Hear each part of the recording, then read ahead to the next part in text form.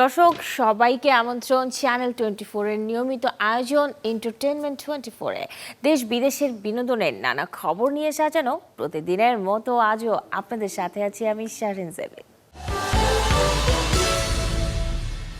আয়োজনের শুরুতেই এক নায়িকার গল্প, যার শুরুটা সেই শিশু বয়সে।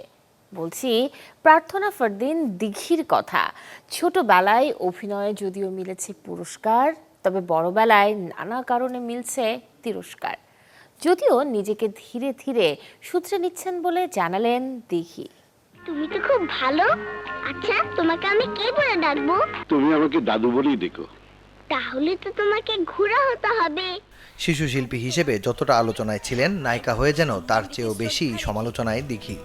কখনো সিনেমা নির্বাচন নিয়ে, কখনো বিতর্কিত মন্তব্যে, আবার কখনো শরীর কিংবা পোশাকে হয়েছেন খবরের শিরোনাম। তবে সমালোচনাকে পাশ কাটিয়ে এখন নিজের কাজকেই বেশি গুরুত্ব দিচ্ছেন তরুণ এ শিল্পী। কমিয়েছেন নিজের 8 কেজি ওজন। বার্থডের সময় 4 কেজি, এখন আরো 4 কেজি, মোট 8 কেজি লুজ করেছি আল্লাহর রহমতে।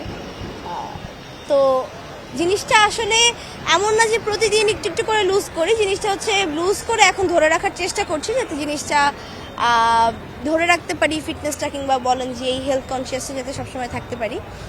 কারণ যেহেতু আমি চেয়েছিলাম যে একটা চেঞ্জ আসুক এবং কাজের জন্য সবকিছু মিলিয়ে এই চেঞ্জটা আনা অ্যাকচুয়ালি। সম্প্রতি শেষ হয়েছে সুমন ধর পরিচালিত দিঘির নতুন ওয়েব ফিল্ম ফেরার কাজ। এ ছবিতে শাহনাজ চরিত্রে ভিন্ন এক দিঘিকে দেখা যাবে বলে জানালেন এই অভিনেত্রী। ওইটা শুটিং শেষ আল্লাহর রহমতে। ওইটা নিয়ে অনেক বেশি এক্সাইটেড, কারণ এরকম ক্যারেক্টার তো আগে করা হয়নি।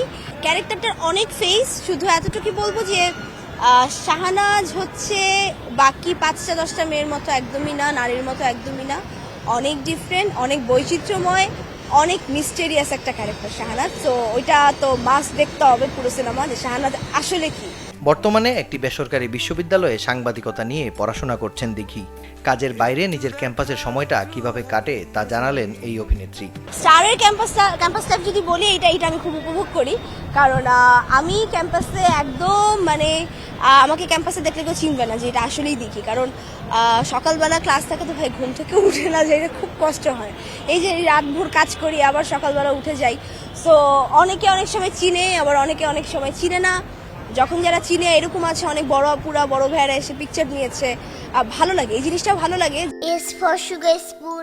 এক সময়ের ছোট্ট সেই দিঘির সাথে এখনকার দিঘিকে একদমই মেলাতে চান না দিঘি নিজেই। তা আমি কখনো কম্পেয়ার করতে চাই না ছোট দিঘির সাথে বড় দিঘিকে। আমি সবসময় মনে করি দুইজন দুই জায়গায় থাকুক, দুইজন দুইটা স্থান নিয়ে থাকুক, যে যার মতো ভালো থাকুক।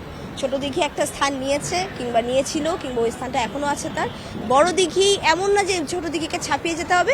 দিঘির মতে কাজ করলে আলোচনা সমালোচনা হবেই, আর তাই এসবে কান্না দিয়ে মন দিয়েছেন অভিনয়ে, পড়াশোনায়। মাকসুদুল হক ইমু, চ্যানেল 24, ঢাকা। এবারে ভাট কন্যাকে জানাবো জন্মদিনের শুভেচ্ছা। 29 বসন্ত পেরিয়ে আজ 30 বছরে পা দিয়েছেন আলিয়া ভাট। জন্মদিনে জানবো এই অভিনেত্রীর ব্যক্তি সাথে চলচ্চিত্রের গল্প। মিষ্টি হাসি আর দুষ্ট চাহনিতে তরুণ প্রজন্মের মন জয় করা ইয়াং সেন্সেশন আলিয়া ভাট। মাত্র 6 বছর বয়সে সংঘর্ষ ছবিতে শিশু শিল্পীর ভূমিকায় আত্মপ্রকাশ আলিয়া ভাটের।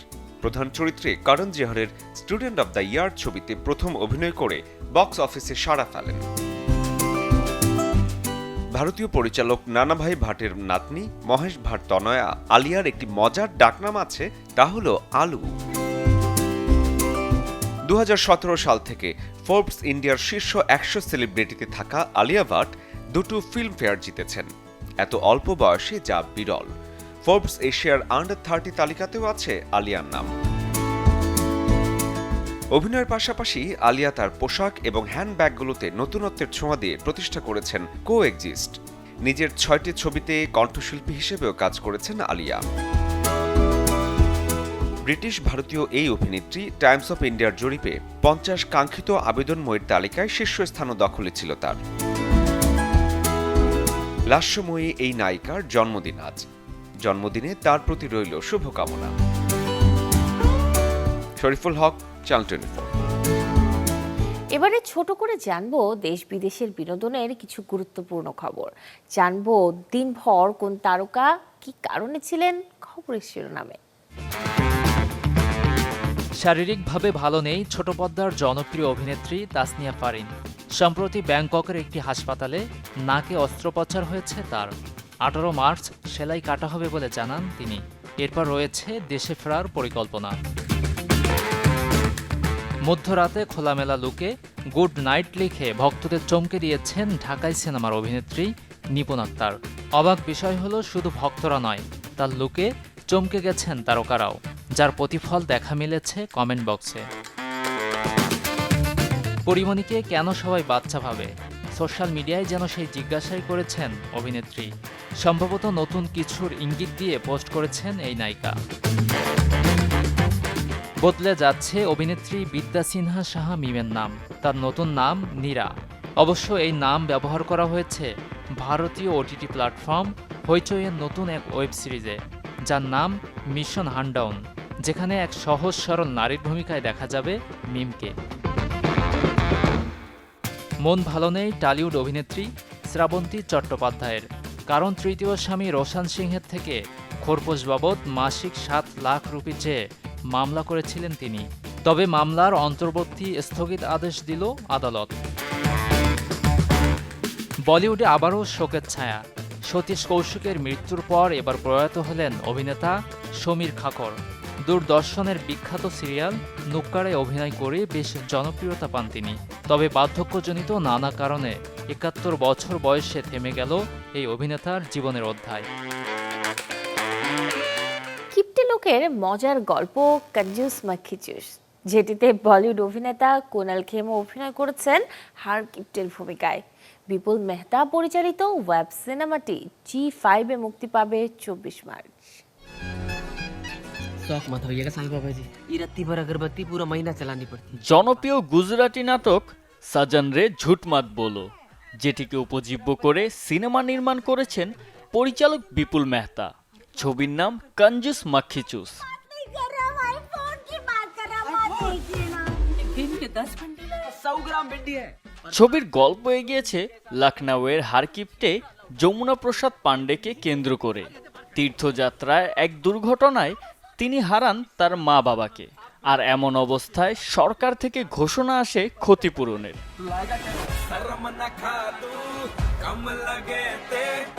তবে দুর্নীতির কারণে ক্ষতিপূরণের অর্ধেক অর্থ পান যমুনা প্রসাদ। ছবির বাকি চিত্রনাট্যে হাস্যরসাত্মক গল্পে সম্পূর্ণ ক্ষতিপূরণ আদায়ের চেষ্টা করেন তিনি।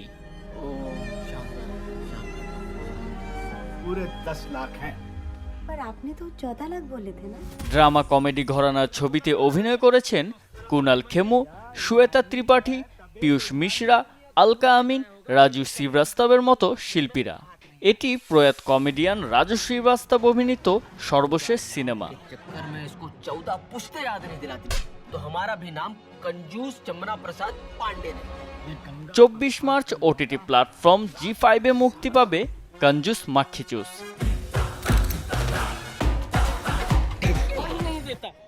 জুবাইর হোসেন সজল, চ্যানেল 24। इसको ऐसा पकड़ो और जोर से ऐसा गर्दन हिलाओ, समझे? लगेगा। এলকেম খ্যাত রুশো ব্রাদার্সের প্রযোজনায় ওটিটিতে হাজির হচ্ছেন প্রিয়াঙ্কা চোপড়া।